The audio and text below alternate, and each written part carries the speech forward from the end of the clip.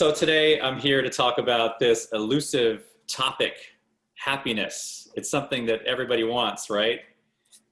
And it's a big topic. It's so big that it has inspired the most popular online courses in the history of Yale University and Harvard University. And that's over 300 years of history for each one of those universities. And so why is it? Why is it that these courses are the most popular? And people, since the pandemic, have been signing up in droves. They've had about 1 million online signups since the pandemic began at Yale for the Science of Well-Being course, which is all about happiness, taught by Laurie Santos, as well as the Positive Psychology course at Harvard, taught by Tal Ben-Shahar. And he also has written a book called Happier. So why is this such a big topic? The assumption is it's because people are either not happy, they're not as happy as they want to be, or maybe they're happy already and they want to be happier, hence the title of Tal Ben-Shahar's book, Happier. So, recent events have really magnified our introspection. The world is really crazy right now and people are searching for happiness. So I thought it would be a great topic today to focus on. And I learned a lot I did take the course at Yale, and I do have the book written by the teacher at Harvard. So I was able to find that there were so many overlaps, so many similarities, more than differences in their findings, their research, and their approach to finding happiness. So the good news is that according to Tal Ben-Shahar at Harvard and his research, you can learn to be happier, just like you can learn any new skill.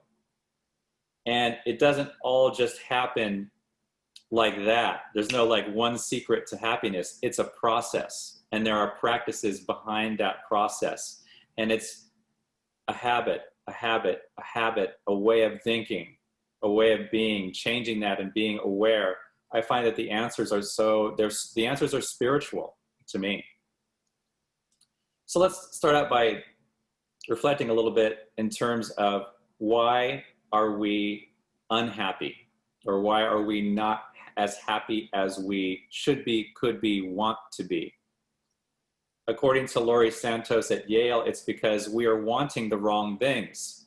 She calls this miswanting. We are miswanting things that we're chasing, that we think will bring us happiness. We're chasing these things, but when we attain these things and we get these things, we find that they really don't bring us the happiness that we expected that they would. One of the most popular things that people chase and they think is going to make them happy is money, right? And the findings are, once your needs are met, your essential needs are met, money beyond that is not going to buy you happiness. They've done research and they've found that people that make a certain amount of money, they want a raise, and they finally get that raise, and it makes them happy just for a little bit. And then after a while, no, all that happiness is transient. They want the next higher raise. They think that's the thing that's going to make them happy. And when they get there, it's fleeting. That happiness is fleeting. So it's not in money, and it's not in materialism. It's not in things. I can say that I have many drums, and there was always this feeling of happiness in buying the drum, but I found that it was more in the act of searching for the drum and not so much the having of the drum. And I don't know if anyone can relate. What is your drum? Is it shoes? Is it, buying crystal bowls? What is that thing that you want to acquire more of? There are good reasons to have certain things, but after a certain point, when I have 300 drums, I have to ask myself, what is that 301st drum doing, right? Retail therapy, I'm sure you've heard of that. That retail therapy is fleeting. The next thing that we are wanting it, thinking that it's going to bring happiness when it often doesn't, is true love.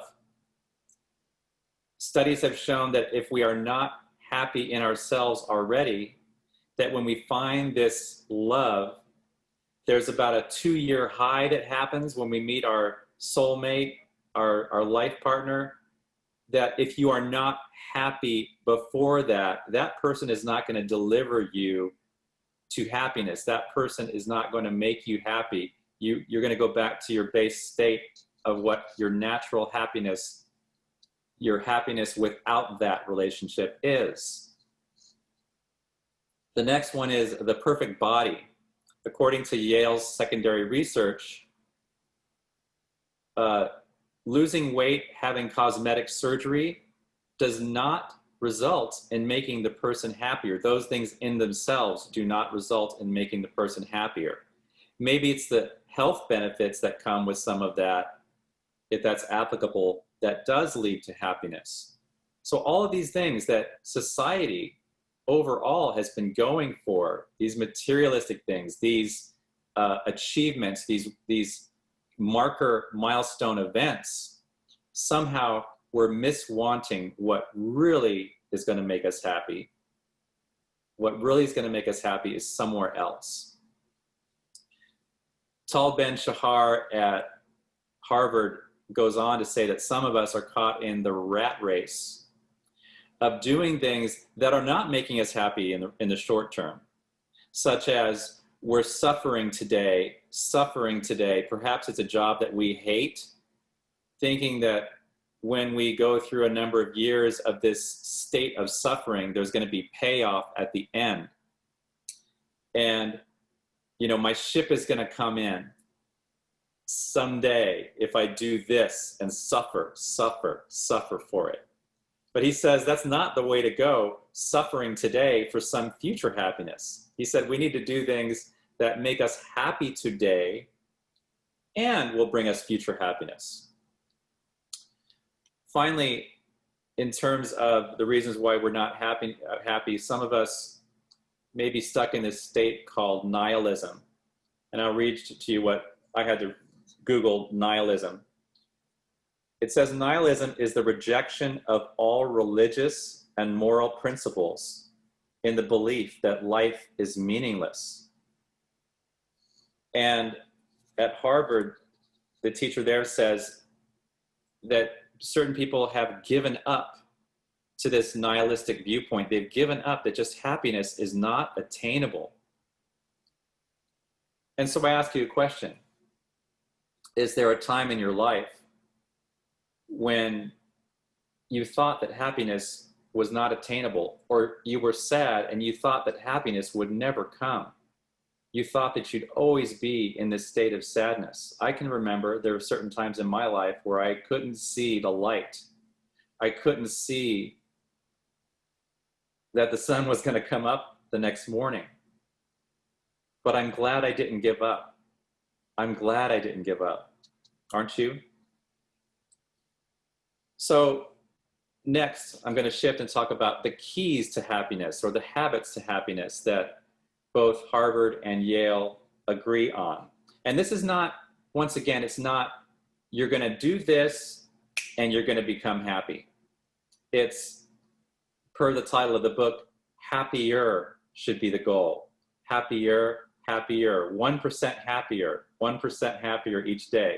It's not this attainable, I'm happy right now, because we all know that our emotions fluctuate. We're human beings. And so, speaking of emotions, at Harvard, Tal Ben-Shahar says the first habit of happiness is to embrace your other emotions when they happen. Embrace the non-happy emotions when they happen, or else they'll keep on chasing after you. Give yourself permission to be human. We as humans oscillate, and know in the oscillating that this too shall pass. You've heard that saying before, this too shall pass. The next two go together, and they are sleep and exercise. It's said that exercise is more powerful than any psychiatric medicine It is more powerful to our psychological happiness than any medicine can be. And it's often overlooked. And sleep actually produces the neurotransmitters into our bloodstream, into our brains, into our bodies that enable the happy feeling to stay. So no matter how happy you may be, if you stay up for 3 days in a row, you're not going to feel very happy. You're going to feel sad because you're depleting these chemicals. Michael Beckwith would call these two together, sleep and exercise, stabilizing the life structures. And Greg Lavoie would remind us of the hierarchy of needs from Maslow, where there's this triangle, and at the bottom, there are these base needs that need to be met: shelter, safety, food, sleep, and exercise come before the higher aspirations, okay? So the next big one, the next key habit of happiness, we've talked about this before, but it's worth mentioning here because it's so stressed by both of these teachers at Harvard and Yale, and that is gratitude. At Harvard, they said, you can start by keeping a gratitude list. I watched a video by the teacher at Harvard that he did a few months ago that said, you can begin every prayer and every meditation with gratitude. Wayne Dyer said that gratitude is the simplest prayer there is. Thank you is the simplest prayer there is. And Eddie's gonna sing about that at the end of this talk. The next one is savoring. And I talked about savoring about a year ago. And savoring is this deep appreciation of something. So think about, it could be the time that you spend with your kids or your grandkids. It could be your walks. It could be knitting. It could be gardening. It could be playing a musical instrument. For me, it's looking at a sunset. For some of you, I know it's being in nature and connecting with nature. But what is it that makes your soul sing, that is very simple, that puts you in a state of total appreciation, total savoring? Think about those things and do those things more. The next key to happiness is kindness. And this kindness is very much from the spirit of giving and compassion. And it is not only giving of your heart, but it can also be giving generously of your treasures. It can be where you tithe to, you're giving back to where you get spiritually fed. So whether it's giving of your spirit, giving of your time, giving of your attention, or giving of your money, Tal Ben-Shahar at Harvard says, when we give, we receive with interest. The next key to happiness is social connection. They've studied different countries and they've measured happiness. You can measure depression, right? But you can also measure happiness. And they've found that some of the happiest societies have something in common, and that is social connection, whether it be clubs or churches or some other social outlet. In Brazil, they're always partying. They're always partying in Brazil. They're very happy people. And so there is this social connection. And the teacher at Harvard goes on to say that relationships of all kinds, of any kind, are the #1 predictor of happiness and well-being. And he recently said that even if these connections have to happen virtually, like on Zoom, so be it. It is still a social connection that is valuable to your happiness. So finally, 2 more. Meditation. Not a long hour meditation, but a simple 5 or 10 minute meditation, just focusing on your breathing. And whether it's the scientists that say that meditation is ultimate rest for the brain, you know that when you're sleeping, the brain doesn't always get the rest it needs. But when you're meditating, the brain is put in this serene state where you're thinking of nothing and you're giving true rest to the brain and the body in a very interesting way. But also, there's spiritual value in meditation because Myrtle Fillmore, the mystics, Deepak Chopra, they talk about meditation and awareness as the first step of connecting with your source. So meditation. And unity in particular. Denise can speak to this. I know unity in particular, meditation and prayer go together. Meditation is a necessary step to prepare yourself for prayer because prayer is focused thought, and so is meditation. So finally, happiness is not, I will remind you, it's not about a single event. It's about the journey. I was thinking about Myrtle Hawkins, and when she told me that she enjoys so much piano playing, and her voice lit up and she said, I've got purpose. And the joy in that piano playing, that is her journey. It's not a destination. It's not reaching the mountaintop. It's actually the climb towards the mountaintop. She's playing the piano the whole way. And so I'll quote the Harvard teacher, Tal Ben-Shahar. Attaining lasting happiness requires that we enjoy the journey on our way toward a destination that we deem valuable.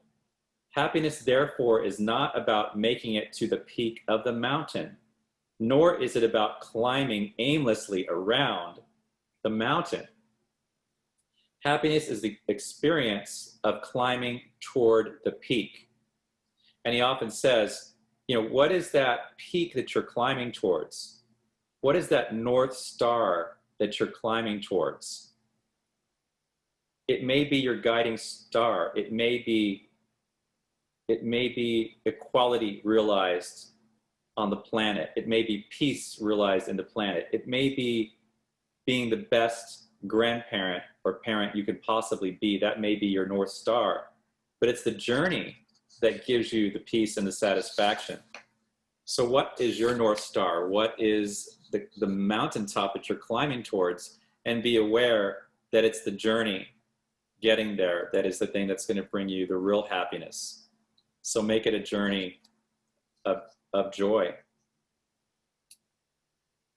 So I'll finally quote Tal Ben-Shahar one more time by saying, consider happiness to be the ultimate currency. Always ask yourself what you're trading it for. And I'll repeat that again. Consider happiness to be the ultimate currency. Always ask yourself what you're trading it for, if you do trade it. Let's pray. Let's take a deep breath.